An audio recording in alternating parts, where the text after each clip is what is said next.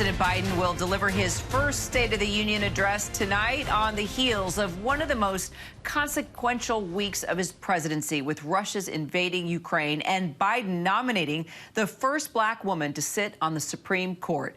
With his job approval at an all-time low, how will he tackle Americans' anxiety about the economy and a divided country still recovering from coronavirus? Joining us for more analysis and what we expect to hear, ABC senior Washington correspondent Devin Dwyer. Oh, so much to unpack here, Devin. Let's start with the situation in Ukraine, offering some opportunity here for Biden, possibly. Clearly, it's changed the speech that he expected to give a week ago, for sure. It sure is, Kira. And the White House has told us as much, that this is not the speech the president had planned a few months ago, but it does present an opportunity for him.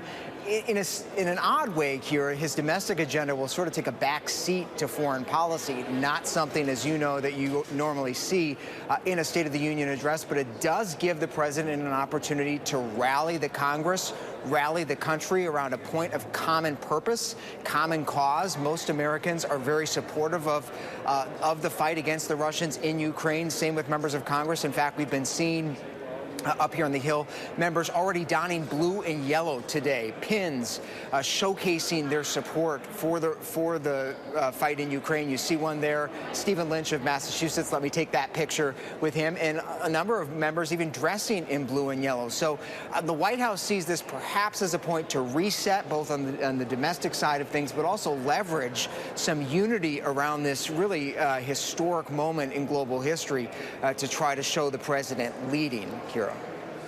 Well, most Americans say that they are feeling the impact of inflation. I think pretty much everybody is in one way, shape, or form. And he's taking a lot of blame for it. So how do you think he's going to address it?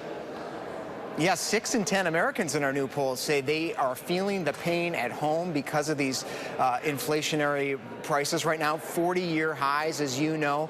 And half of Americans in that same poll blame the president for this. It is on the minds of viewers tonight. The White House has acknowledged the president is going to have to take this head on. But I will say, we haven't been hearing, at least in the previews of the speech, Kira, any new ideas for tackling consumer price inflation, gas price inflation. We're told the president will talk about initiatives to lower prices of child care, prescription drugs, things of that nature. But obviously, a lot of Americans are going to want to hear about what is going to be done to blunt inflation right now, and we'll have to wait and see what the president has to say.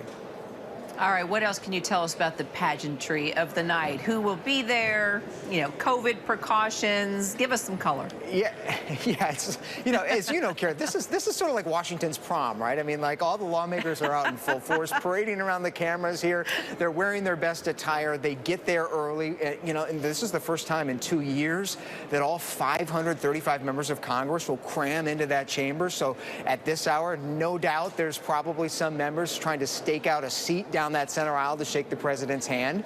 But that's something we'll be watching. We'll be watching a lot of maskless members of Congress. For the first time, they'll be able to go into the chamber without a mask. We're told the president will not wear a mask entering the chamber. So certainly trying to signal how the country is moving away from the emergency. And we also just received word, Kira, from the First Lady's office of some of the special guests that will be in attendance tonight. Of course, front and center will be Ukraine's ambassador to the United States, Skana Markova. She's been making the rounds here on Capitol Hill, appealing for more support from Congress. But we also expect a handful of everyday Americans to be there, including a 7th grader, Kira, who is a diabetes advocate. The president tonight is going to make a pitch for lower drug prices, especially insulin, which has been hurting so many Americans, as we've reported. All right, Devin Dwyer, we will talk throughout the evening. Thank you so much.